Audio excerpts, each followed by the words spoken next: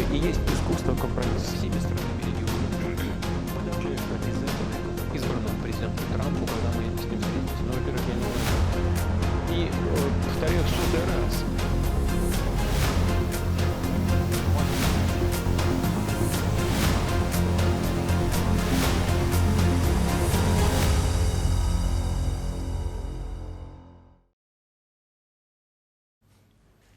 What's your New Year tradition? Maybe a holiday or a family dinner or some year-end shopping. But if you're Vladimir Putin, it's none of that. It's a marathon press conference in Moscow. Today's press conference lasted 4 hours and 31 minutes. The Russian president organizes it every December. He takes questions from journalists, even speaks to Russian citizens on the phone. I know 4.5 hours sounds like a lot, but Putin's record is 4 hours and 47 minutes, a time he set back in 2013. This year, around 2 million questions were submitted in advance. Of course, most of it is likely choreographed by the Kremlin, but it does reveal Putin's thought process, a sneak peek into what he thinks of the world.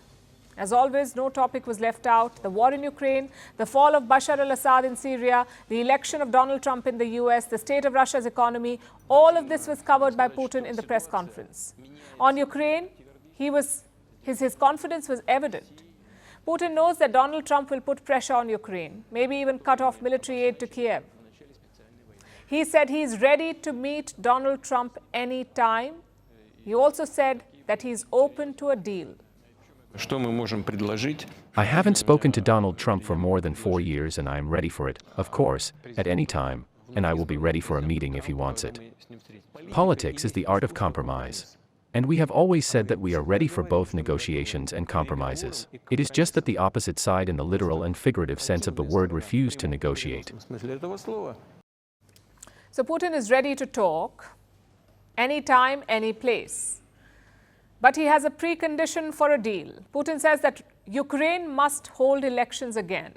He will only negotiate with the winner of that election, and he is fine even if Volodymyr Zelensky wins again. Speaking of whom, Zelensky was in Brussels today. He met the leaders of France, Germany and NATO. In all these meetings, one thing was quite clear. Ukraine's future will not be decided on the battlefield. It will be decided on the negotiating table. So the goalpost has shifted. Europe is trying to bolster Kiev's position before the talks begin. Zelensky says he's hoping for security guarantees.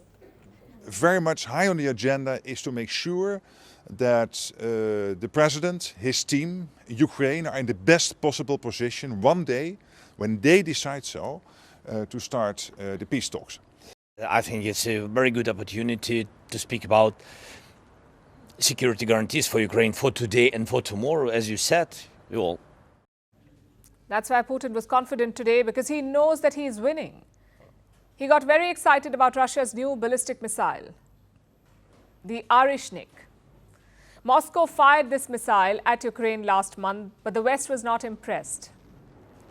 They doubted the capabilities of Putin's new weapon, so Putin threw down the gauntlet. He wants a missile duel, the Oreshnik versus US air defenses. If those Western experts you mentioned think that Oreshnik can be shot down, we propose them and those in the West and the United States, who pay them for their analysis, to conduct some kind of technological experiment, a high-tech duel of the 21st century. Let them name some object, let's say, in Kiev, concentrate all their air defense and missile defense forces there, and we will hit it with Oreshnik and see what happens. We are ready for such an experiment. Is the other side ready? Clearly, the swagger is back. But on some issues, Putin was on the back foot, like Syria. Putin's decision to help Assad in 2015 was a masterstroke. It gave him a major foothold in West Asia. But that gamble unraveled this month. Assad was forced to flee as the rebels captured Damascus. It was clearly a big setback for Putin, but the Russian president refused to accept it. You, well, those who pay your salaries, would like to present everything that is happening in Syria as some kind of failure, a defeat for Russia. I assure you, it is not true, and I'll tell you why. We came to Syria 10 years ago so that a terrorist enclave would not be created there like what we have seen in some other countries like in, let's say, Afghanistan. Overall, we have achieved our goals. Putin said he has not met Assad yet, but he does plan to at some point. Another issue was the economy. There are thousands of sanctions on Russia, yet their economy has survived. It grew by 3.6% in the last financial year. Next year, it is projected to grow by 3.9%, much higher than Western nations. A big reason for that is Russia's relations in Asia.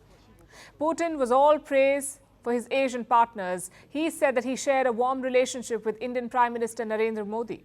India and China have been buying Russian oil, which is why Russia's economy is still thriving.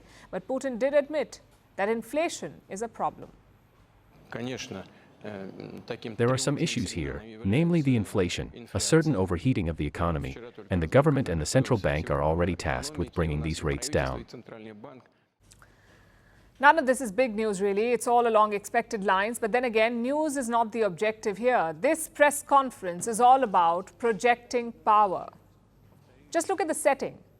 A big horseshoe table, journalists seated on three sides, and lights all around. At the center of this spectacle is Vladimir Putin. He doesn't just invite Russian media. Journalists from nearly 80 countries are present.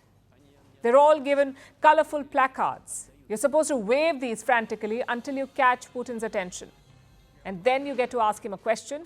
If you're a Western journalist, you get a reply wrapped in an insult. Like I said, this is a power move. In the past, this news conference was focused on domestic issues. Russians would call in with major or minor complaints, like a road that needs repair or rising prices of grocery. Some callers were downright weird. They would ask Putin where he sleeps and whether he likes dogs or cats. These questions were intended to soften the edges, to make Putin seem like a lovable leader. But nowadays, the focus is on foreign policy, especially after the war in Ukraine. I guess, choreographed or not, one thing is clear. This press conference is a window to Putin's mind. It tells you about his intentions, his mood, and his thoughts on the past year. A bit like Putin's very own Spotify Wrapped.